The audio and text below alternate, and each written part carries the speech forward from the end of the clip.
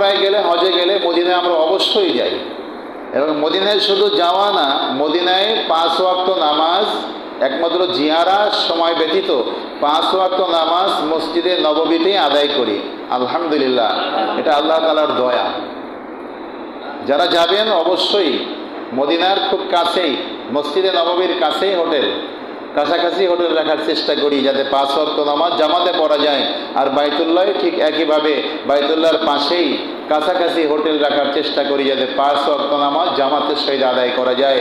লক্ষ লক্ষ টাকা খরচ করে হোটেলে বসে একা একা নামাজ পড়ার কোনো মানে আছে, যদি বাইতুল্লাহ এবং মসজিদ নববীতে আমরা জামাতের সাথে নামাজ আদায় করতে না পারি?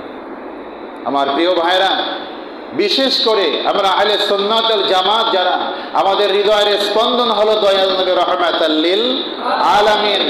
আমার তো মনে চায় যে কাবায় ওমরা করার সাথে সাথেই যেন মদিনায় যাই। তো হাজিরা থাকে সাথে, এই জন্য যেতে পারি না, তাদের দায়িত্ব পালন করতে হয়। তাই এই জন্য আমরা মদিনায়, মক্কায় ওমরা শেষ করে তারপরে মদিনায় যাই। মক্কায় 1 সপ্তাহ, মদিনায় 1 সপ্তাহ যাই। মন ভরে, প্রাণ ভরে আপনি সপ্তাহব্যাপী মসজিদে নববীতে 24 ঘন্টা পড়ে থাকলেও আপনাকে কেউ না করবে না। প্রিয় ভাইরা আমার, তাই আগামী মাস, এই জিলকদ মাস শুরু হয়ে গেছে। আগামী মাস হলো জিলহজ মাস, বড় হজের মাস।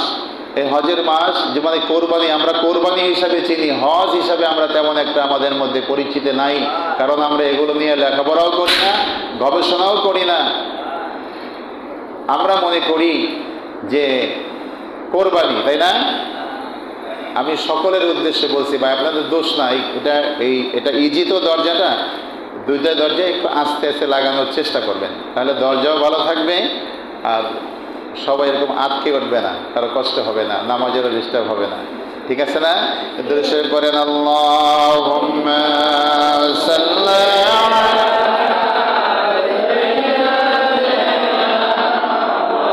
মাওলানা মুহাম্মাদ ওয়া আলা সাইয়্যিদিনা মাওলানা মুহাম্মদ। প্রিয় ভাইরা আমার, হাদিসটা আবার আপনাদেরকে শোনাই। ক্বাল আলাইহিস সালাতু ওয়াস সালাম, মান হাজ্জা ফাজারা কবরি বাদা মাউতি কানা কামান জারানি ফি হায়াতি, রাওয়াহুল বাইহাক। আমার রাহমাতাল লিল আলামিন বলেন সাল্লাল্লাহু আলাইহি ওয়াসাল্লাম বলেন, আমার ইন্তেকালের পরে আমার যে ব্যক্তি হজে এসে হজ করার পরে আমার কবর জিয়ারত করিল, সে যেন জিন্দা অবস্থায় আমার সাক্ষাৎ করিল। বাইহাকি শরীফ।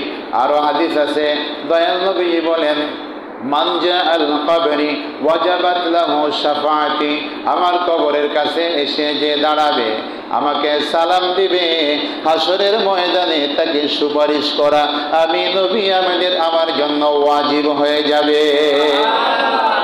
সামিতু ওয়া আজিবু, আমার রওজার পাশে এসে যারা সালাম দেয়, আমি নবী আমার কানে শুনতে পাই এবং তাদের সালামের জবাব আমি নবী দিয়ে দিব। যারা গেছেন তারা সবাই সালাম দিয়েছেন, নবীজি শোনে, সালামের জবাবও দেয়। কিন্তু আপনার যদি শোনার মতো কান থাকে আপনি শুনবেন, শোনার মতো কান না থাকলে আপনি শুনতে পারবেন না। ঠিক না বেঠি? মোবাইল আছে না, অ্যান্ড্রয়েড বা যে কোনো মোবাইলে 2 জায়গা থেকে যখন কথা বলে আর স্পিকার যদি ভালো না থাকে কানে শোনা যায়? ওই আমি তো বলি তোমার কথা তো শুনি, কিন্তু আমারটা তো শোনে না। আছে না এরকম? মোবাইলের স্পিকার যদি নষ্ট হয় তখন কিন্তু আর এটা শোনা যায় না, যায়? স্পিকার আবার লাগাইতে হয়। তা আমাদের অন্তরের আশিকদের স্পিকার যদি ভালো থাকে তাহলে অবশ্যই আপনার কানে, আপনি অন্তরের কান দিয়ে আপনি শুনতে পাবেন যে নবীজি আপনার সালামের জবাব দিয়ে দিয়েছেন। কিন্তু সেই কান তৈরি করতে না পারলে আপনি অনুভবও করতে পারবেন না যে নবীজি আমার সালামের জবাব দিতেছে।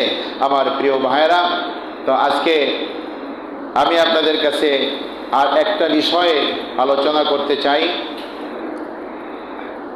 যে, আচ্ছা এর আগে একটু বলে নেই, এই হজ এবং ওমরার ব্যাপারে আমি, আমার হজ কাফেলা আছে, নূর হজ কাফেলা, যারা আমার সাথে যেতে চান তারা আমার সাথে অবশ্যই যোগাযোগ করবেন, বিস্তারিত জেনে নেবেন। সাবধান, যারা কম টাকায় ওমরা বা হজের প্যাকেজে নেয়ার জন্য প্রলোভন দেখায়, যাচাই বাছাই করে তারপরে তাদের সাথে যাবেন। কারণ যারা হজ করে আলহাজ লাগায়, এরাও কিন্তু এর মধ্যেও কিন্তু চোর আছে, বাটপার আছে, বাংলাদেশেও আছে, সৌদি আরবে আছে। বাঙালি যারা ব্যবসা করে অনেকেই মানুষকে ক্ষতি করে, মানুষের উপরে জুলুম করে। এই দিক থেকে খুবই সাবধানে যাবেন, যার সাথেই যান না কেন। প্রিয় ভাইরা,